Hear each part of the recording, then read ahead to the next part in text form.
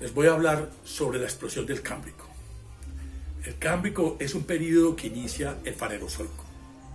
Empieza desde hace 541 millones de años y termina hace 485 millones de años. La explosión propiamente dicha no dura sino entre 5 y 10 millones de años. O sea que va más o menos de 540 a 520 millones de años. Los fósiles que nosotros encontramos son después de la explosión. Nosotros no tenemos casi fósiles del momento mismo de la explosión del Cámbrico. Pero para entender mejor qué sucedió, déjenme remontarme a más o menos 1.000 millones de años. Hace 1.000 millones de años los continentes estaban unidos en un supercontinente llamado Rodinia.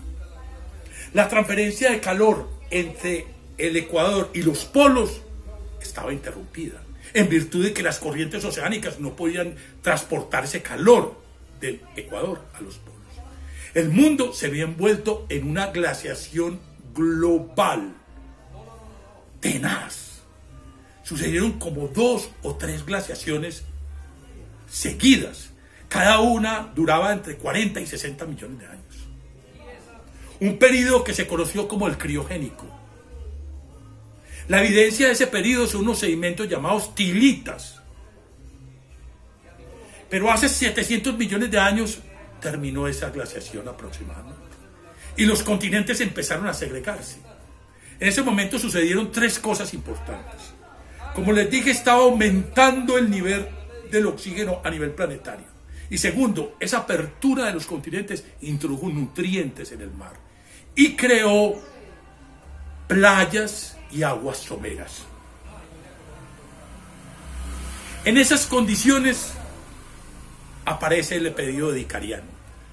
Hace entre 635 y 541 millones de años. El nombre que se le da a ese periodo Dicariano es por los fósiles que encontramos en unas colinas de Edicarian en Australia. La fauna dicariana es una fauna blanda y de organismos sesiles, o sea que están aferrados al suelo.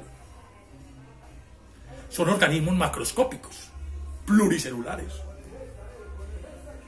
Algunos viven en aguas someras y otros en aguas muy profundas. Estos organismos tenían una distribución a nivel global. Y una cosa que me llamó mucho la atención, en algunos puntos su densidad por metro cuadrado era superior a la actual. En ese periodo dicariano, aunque pocos, empiezan a aparecer los primeros organismos biomineralizados, como Claudina. Al final del periodo entre la secesión del Dicariano y el Cámbrico empiezan a verse unas huellitas en el suelo, como una especie de movimientos en el suelo. Y empiezan a verse unos tubitos también, como una especie de gusanitos.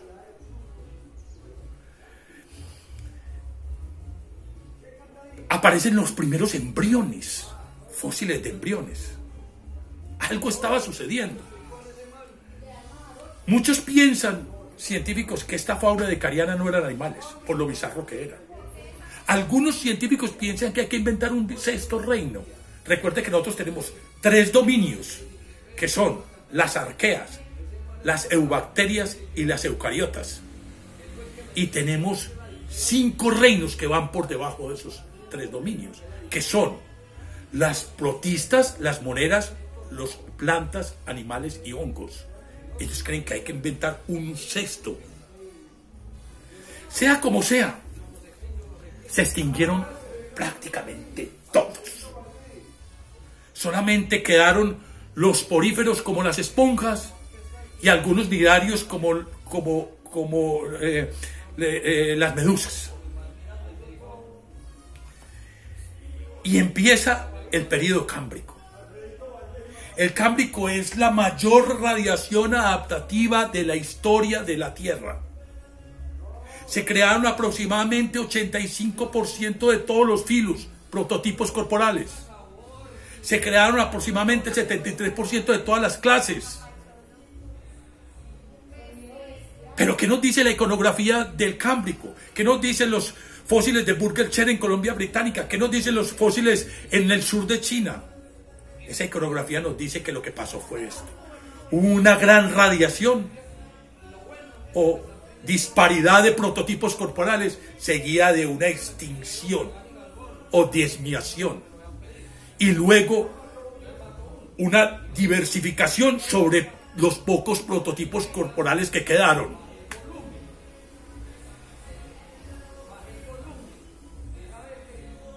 Pero ¿quiénes sobrevivieron a esa extinción?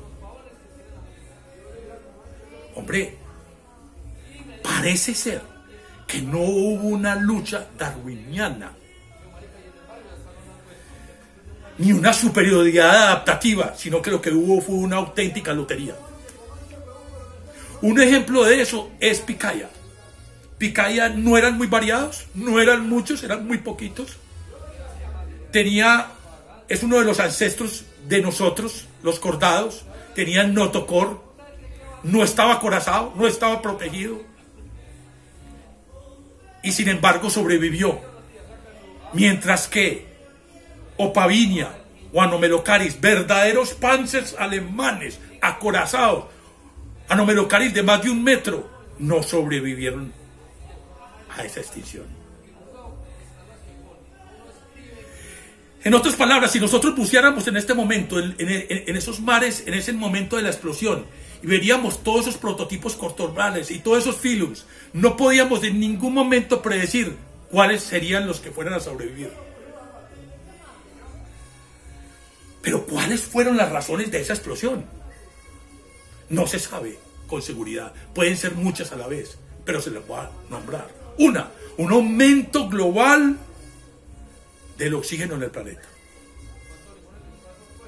2,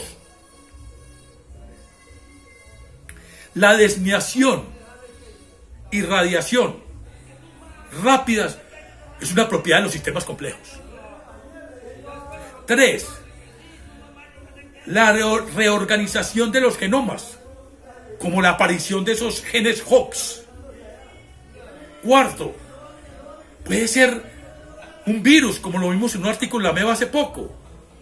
Un virus que por pasmemia trajo genes nuevos y diversificó esos genomas. Puede haber sido un llenado de ese barril ecológico vacío y todas las vidas radió al vacío y se diversificó. Otra puede ser la instauración de relaciones ecológicas complejas, como la depredación. La depredación hizo dinamizar ese sistema.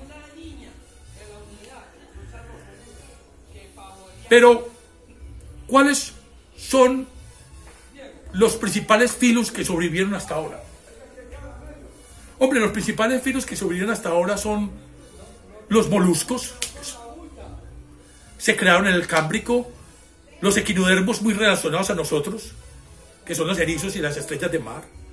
Los platelmitos, los gusanos planos, muy relacionados más todavía con nosotros. Los anélidos, los gusanos segmentados. Los cordados con notocor y los artrópodos. Los artrópodos eran los más numerosos en esa época. Ocupaban más o menos el 83% de toda esa biodiversidad. Y lo son ahora. Y la mayoría de esos artrópodos eran trilobites. Y ellos tuvieron su gran radiación adaptativa y se extinguieron todos al final del Pérmico. Gracias, muchachos.